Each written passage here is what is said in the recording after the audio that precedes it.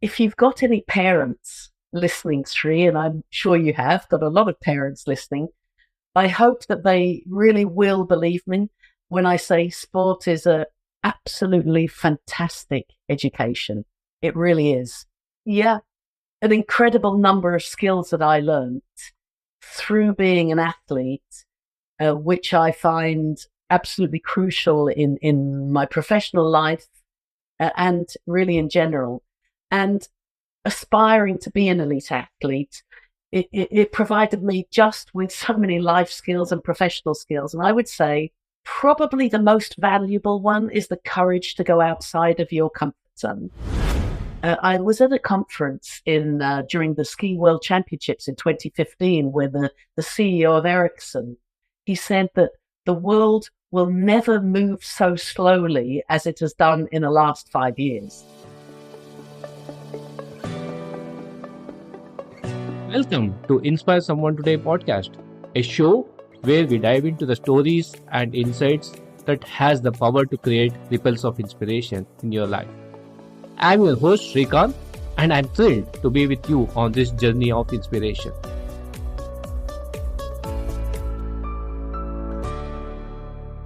Not often do you get a chance to talk to an Olympian. And it's an absolute joy and pleasure to have one such guest with us today. Sarah Lewis, a highly respected international sports leader, a former Olympian who represented Great Britain in alpine skiing. Now, she is on the board of many institutions, many sports bodies, serving as an advisor, as a board member, mentor for startups, and joining us today to share her rich experience both in the sporting world and as a sports leader. Sarah, welcome to this episode of Inspire Someone Today. Thank you so much, Sri. It's really a pleasure to be with you. I've listened to a lot of your podcasts and congratulations on what you set up. Thank you so much. That's an honor to have somebody like you to endorse what we have been doing. Inspire Someone Today is a platform to create ripples of inspiration. And I'm sure a lot of our listeners listening to this conversation would go back, not only inspired, but wanting to do something more, something different. So on that note, Sarah, if I were to get started, where did this big dream of representing the country in the Olympics come from? How did this journey start for Sarah? Well, being a professional athlete, that wasn't a career when I was a child, when I was growing up. There were footballers and there were, of course, cricketers. And, of course, they were only men. And they could do sport professionally for a living. But as a kid, I was very competitive and I was pretty good at all sports that I did. And in fact, sport was very good for me because it instilled a sense of discipline and a sense of focus, which was good for my education as well, because otherwise I was, perhaps a little bit unruly. But my original dream was to be a footballer. And in the 1970s, it's a long time ago, my team, Arsenal, or even any other relatively local team, they didn't have a setup for girls. And at 14, you couldn't play with the boys anymore.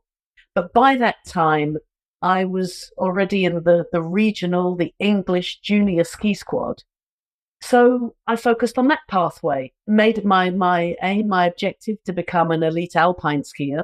I missed out on the selection for the 1984 Olympic team, but I think actually that this rejection, it was the catalyst to find my own pathway to achieve my potential as far as I could. And I did succeed in making Team GB for the Calgary 1988 Olympic Winter Games. And once I'd become amongst the best juniors in the country, then I convinced my parents that continuing my schooling at a ski academy in the Alps would be maybe even a better education for me because I'd be able to learn a language fluently. And I was lucky my dad, he really bought into it. He said, listen, she can do her sports at this age and then go back to education at any time, but she can't do it the other way around. So he supported me in any case. And I was the first foreigner that a ski academy accepted in France, which, it had to be specially approved because it was a regular state school and I wasn't French. But I was able to fulfill that commitment to my parents pretty quickly. I learned French fluently, as fortunately nobody spoke a word of English. And so that was a great skill to have, and to this day. But after being there for 6 months, I kind of was forced to return to the UK because I was told by the governing body that if I wanted to compete internationally representing my country in the junior national team, I had to follow the official team program and not be at some school in France where they couldn't monitor me. This is before the internet, a long time before the internet, even before fax machines. And so they didn't know what I was up to. So I came back to the UK. But I told my parents that, I wanted to support myself and work between the national team training camps and the competitions, because at that time, there wasn't any way to study remotely or to study only on a part-time basis. And this was also before there was any funding for, let's say, the non-professional sports, which is now very much part of UK sport. So I had to fund my own program and my activities. And I went to a local ski shop, which was quite close to my home, and asked them if I would be able to do an apprenticeship with them between my training programs and my competitions. And they immediately agreed, and they'd said that, in fact, they'd actually just set up an importing agency where they're bringing in winter sport goods from all over the world and then selling them to shops in England. And so there we are. It was a fantastic practical apprenticeship and business experience. So kind of while my former schoolmates were either doing higher education or at university and learning about really not very useful things like trigonometry, I was learning how to run a business. And really in the heart of it, there were only 2 directors and me. So yeah, guess who did all the work? It wasn't them. That was the best apprentice training one could have asked for. And most so, hats off to your dad for being such a supportive individual for your career endeavor. And after so many years, so many decades, what is that experience of representing the country at the Olympics like? Does that still give you goosebumps? Can you kind of recollect that day that you were in Calgary representing the country? Walk us through that day, that moment. As you were asking that question, actually, Sri, I got goosebumps just thinking about it, actually. In front of me on the wall, I've got the certificates from the Olympic Games where I participated in different capacities. Only one as an athlete, but then 2 as a team director, and then, 6 responsible for the International Ski Federation. So, yeah, they're all up there in front of me. But I think 2 words come to mind very much: overwhelming and inspiring. So I'd been selected the year before for the World Championships in skiing, of course, but the Olympics were completely different. The Olympic Village itself, where you stayed, was in Calgary University.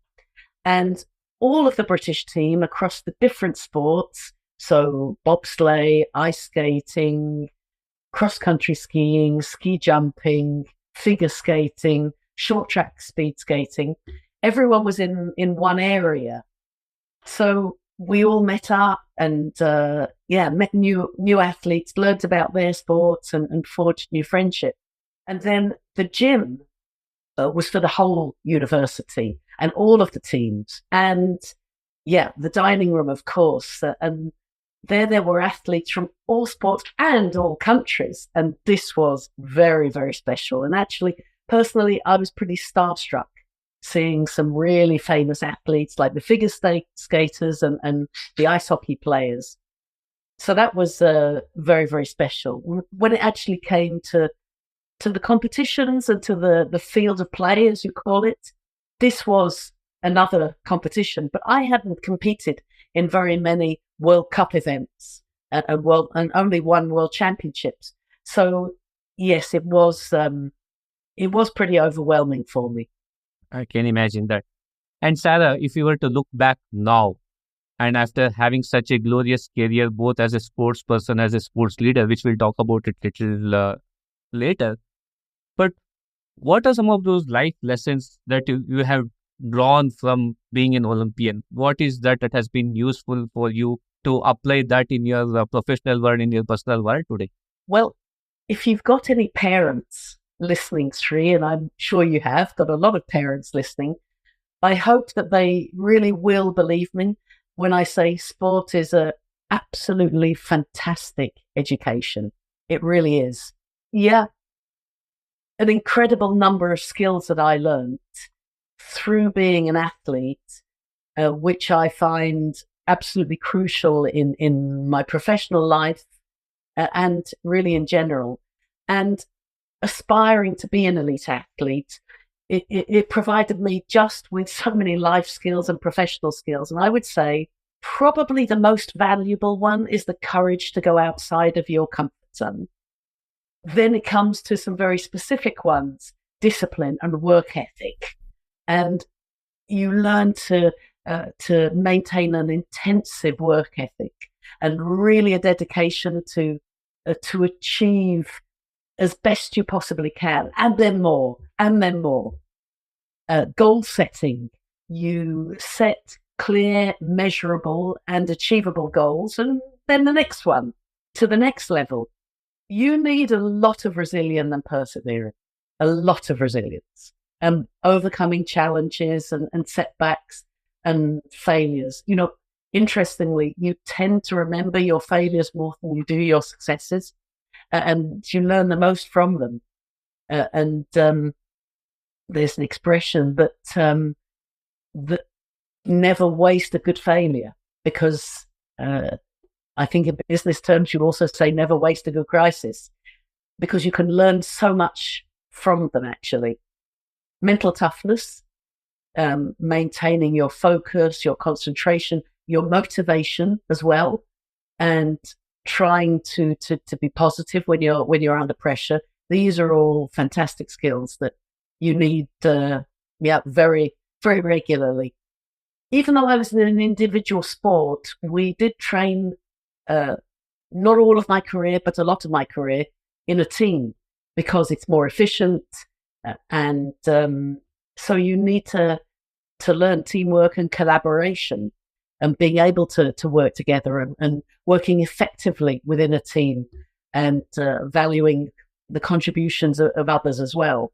Then I think something which is a fantastic skill, and especially when we start to discuss organizing major events like the Olympic Games, and that's time management.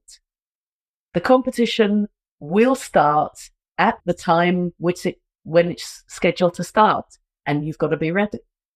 It's not as though, you can just wait a little bit. And your time management is an amazing skill to have. And to prepare, to be ready, which means preparing your equipment, means preparing everything that you need to take with you as well. So that time management creates really a fantastic discipline and organizational talent. You need to be adaptable. You need to be open to making improvements, to adjusting to a technical skill that you need to evolve, and not to be stuck in your ways, and really to be adaptable and ready to change. And a very, very precise attention to detail, so that you're accurate, you're thorough in what you do, because you're looking for these marginal gains, which is very much the buzzword these days. And to make the difference, that being accurate, being thorough, being meticulous makes all the difference. Wow, how many skills just by embracing to play the game, play the sport, the amount of skills one get to kind of get is tremendous. There's one final one, which of course from sport, and probably it should be top of the list, and that's the importance of your health and taking care of it. And it's just the value of exercise, what that does to you, how it makes you feel, not just physically, but also mentally. You're alert.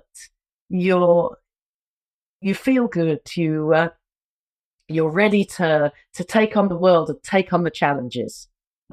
And I think we can do number of episodes taking one skill at a time and going deep dive into that. I'll ask you one question that is there on my mind, particularly for all of the Olympians, is you get to take a shot at the fame once every 4 years, and that that just passes by, right? But how do athletes prepare for that moment for 4 long years? Right, you got to be disciplined, motivated, consistent in what you do for that one day of spotlight, that one day of fame that would happen. So, what goes behind the scenes? What's the mental makeup of it? What's the physical makeup of an athlete?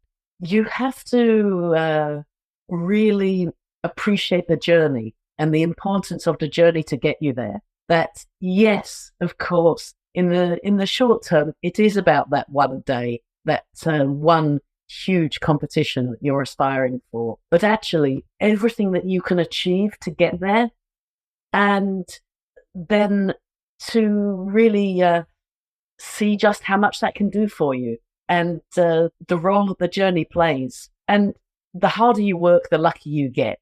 It really is. So by working very, very hard, by focusing on what you have to do and what you're aspiring to do, and really trying to say, this is very, very central to my life, that you're giving it your best shot. That, I think, you have to be honest with yourself, which is one of the skills that I definitely learned, and really to say, am I giving my absolute maximum here to prepare for that big moment? If you just only focus on that moment, you can actually put so much pressure on yourself that you're kind of paralyzing your capacity. Nothing else matters. Whereas that whole journey, that whole preparation, everything that you do to get there, these little steps, so very, very important. You gain so much from them. And then if you don't ultimately achieve your goal on the day, you can actually look back on them and think of all the things you have achieved, and everything that you have learned, and everything that you've gained from that journey. And then you take the positives from what potentially was a failure. And that I definitely can resonate with, because that was certainly, in my case, the situation. Wonderful. And from there on, you made this wonderful transition into sports administration. As a sports leader now, having governing lot of sporting bodies, what motivated you to kind of kickstart this journey of yours, and which eventually led into you having your own organization? And what was the objective of Sarah Lewis Global Sports, and why did you take on sports leadership? Well, basically, it is who I am and what I do. So it kind of seemed very logical. And after 30 years working for an international and earlier for a shorter period at a national federation, I gained so much experience in many, many different areas, as well as a very extensive network, which I can use to support sport organizations, major events, and other events too, as well as businesses, and also to mentor individuals and mentor groups, teams. And the skills really that I've learned and the experience that I've built up, there's an expression that there are plenty of fathers of success. For everything else, there's a secretary general. What that means basically is that the difficult subjects and the problems, like governance-related issues and all the things that perhaps are going to make you the most popular person in the organization, well, you know whose desk they land on. Yep, it's yours. And so I think that I'm very familiar with these difficulties and these problem areas and these challenges that need to be addressed. And frankly, they need to be addressed. You run away from them and they're going to come back and bite you. And that's why I can contribute to a lot of organizations, as well as having, well, it's not a little black book, it's a very big black book. And actually, it's mostly digital as well. So which one would you love the most as a sports person, as a sports administrator? No, I can't split them. Actually, that's a great question, Sri. I don't think anyone's ever asked me that before, because the experience as an athlete was absolutely unique. It's all about yourself. Actually, you're trying to strive to achieve excellence, to achieve your personal goals, and to do the best you can possibly do. But when you're working as part of an organization where you're, let's say, the guardian of that sport, it's not a company, you're not running a business, it's not for yourself, but you have the privilege to basically have a responsibility, have a guardianship to organize that sport in the best possible way, to nurture it, to take care of it, and to see the impact that that can have on communities, on individuals, on venues, on countries, on a whole sport. It's remarkable. And you get an awful lot of satisfaction from that as well. And understand that it's very meaningful for a lot of people. So, Sarah, when you walk down the streets of London or Switzerland, when people recognize you as the Olympian, Sarah the Olympian, or some people don't recognize you at all, how do you kind of carry yourself? What does that mean to you, or what does that not mean to you?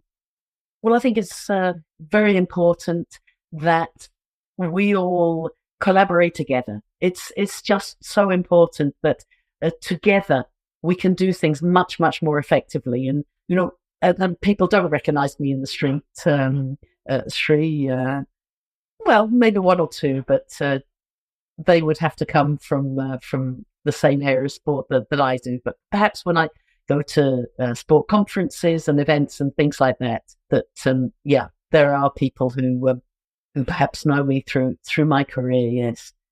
How does it make me feel? I mean, I feel very privileged to have had the opportunity to be an elite athlete, and for that effectively to be the catalyst to then having a career in my sport. And that really is a great, great honor and a great privilege, because it's something that, well, I've always loved doing as a child, and then growing up, and then to be able to make a career from it and to work to earn my living from it has absolutely been tremendous. So I walk tall, I walk proud, and I certainly want to help others to have such opportunities as well. Sport now is a absolutely huge business, and it plays and should play an increasingly more and more important role in people's lives. The benefits that it has from a health and a well-being and a physically, mentally, it's just huge. And by really focusing and putting attention on that, it can help to sort out a lot of problems that we see in society. So I'm going to advocate for sport having an increasingly important role in people's lives. And absolutely, you have been a great role model in that matter. Not only did you excel in the game, but post your game time, you decided to contribute something back to the game as an administrator, as a mentor. So hats off to you. You have created a great template for a lot many of the sports person out there. And you also mentioned the role of technology. I'm sure in the many decades that you have been in this area, you have seen a lot many changes for the sports itself and the technology, both on the sporting side as well as on the administration side. How do you see technology playing in the future of sports administration, athlete management? Do you see big changes coming? Do you see things getting a lot more easier, both for the athletes and for the general viewing public as well? Well, that's what you like to think, that things will become easier. But actually, you see in each new evolution, they don't. But it's possible to find out a lot more and to be able to then implement much more precise things. Perhaps take you back some steps. But when I was a kid, And when I was then growing up through my ski career, I can remember that video cameras, they were introduced once I was already in the national team. So you could record somebody skiing and then look back on it later on in the evening to see how they could improve and things. So that was sort of the first technology. There were no mobile phones. There was nothing where you could check up online to see what others were doing. But that all came in. And I loved that techie stuff. I really did. And at the International Ski Federation, when I began there as Secretary General, we didn't have a website, but we got a partner on board quickly who really believed in this was the future. And so set up a website. And we did have a fantastic centralized database of all of the results from the competitions. Now, you have to imagine there are 7,000 competitions taking place around the year. And we were really one of the early adopters to say, this should all be digitalized. This should all be held electronically, not just having paper results that are scanned in when that became possible. And so this database was able to power the website with giving information about the calendar and about the results. And people all over the world could get that information in real time. And there were very few sports who were really able to do that and to have the results transmitted electronically using an XML format, back in the early 90s.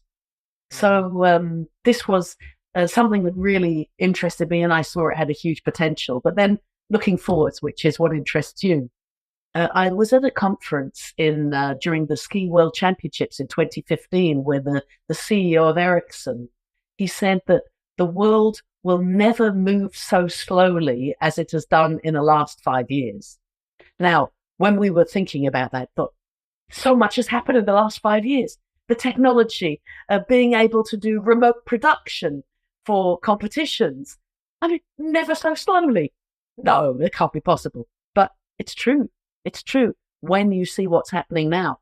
And with AI, with the emergence of the new technologies. But I think very important is how now it can be expanded across the world. That for me is a big evolution and is an important next phase.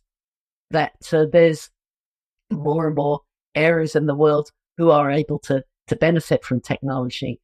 Of course, not only in sport, but in sport it plays a great role. Administration operations can be more efficient, can be more transparent. Global communication is facilitated. Fans can follow the sport from anywhere, live or delayed when you've got time. I haven't been able to watch all the cricket live, but I'm able to catch up on it.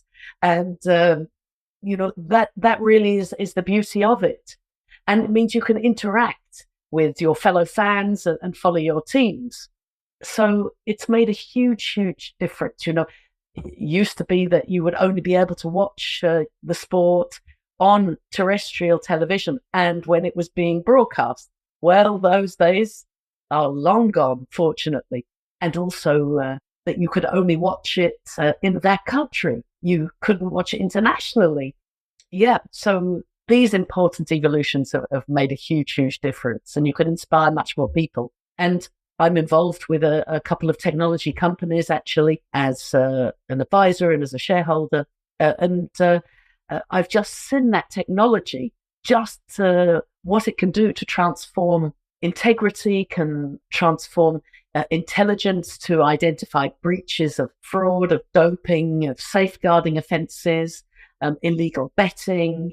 That's an important area. And then company where I'm a seed investor.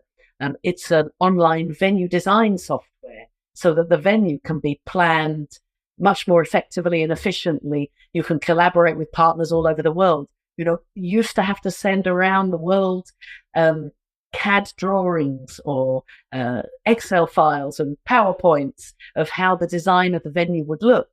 And then you get it back, and then you can maybe make some changes, and then you don't know what version you're on. And here, everything can be done online, real time, sharing it with all over the world and give people different access rights. So lots of interesting technologies that are happening. And then I think very important, of course, is athlete management with performance analysis, able to improve the monitoring of health and injury management, personalizing training programs instead of say, right, all do 20 press-ups. No, it might be more appropriate for this one to do 12 and for that one to do 35. And relating it to the athlete's own parameters and their own development to be much more precise. So there are a lot of different areas where technology will play a crucial role in the future. So from what I hear from you, all in all, technology has played a super positive role from an overall sports development, athlete management, all of it. And is it also the beginning of us as a human race, human species, to test our own endurance limit? To what extent can we stretch our own self using technology, using data, and kind of create that next level of performance, the next level of records that was unimaginable maybe few decades back? I think in terms of striving for excellence and striving for new levels, this was also the case before technology. But there's no question that technology does enhance that. You've seen it with the running shoes. You see it with other pieces of equipment, sports equipment, but then also from a physical standpoint, because you're able to maximize somebody's performance based on doing the right training at the right time in the right way. Whether they follow it or not, that's another story. But no, of course, it really is providing more precise information to be able to do things better. And yes, I think it will help to evolve those boundaries. But then, of course, Sri, where would we all be when the technology malfunctions? When we get a break in the connection, when the power isn't working, then everything falls apart, right? That would be the moment of pause for everybody. Indeed.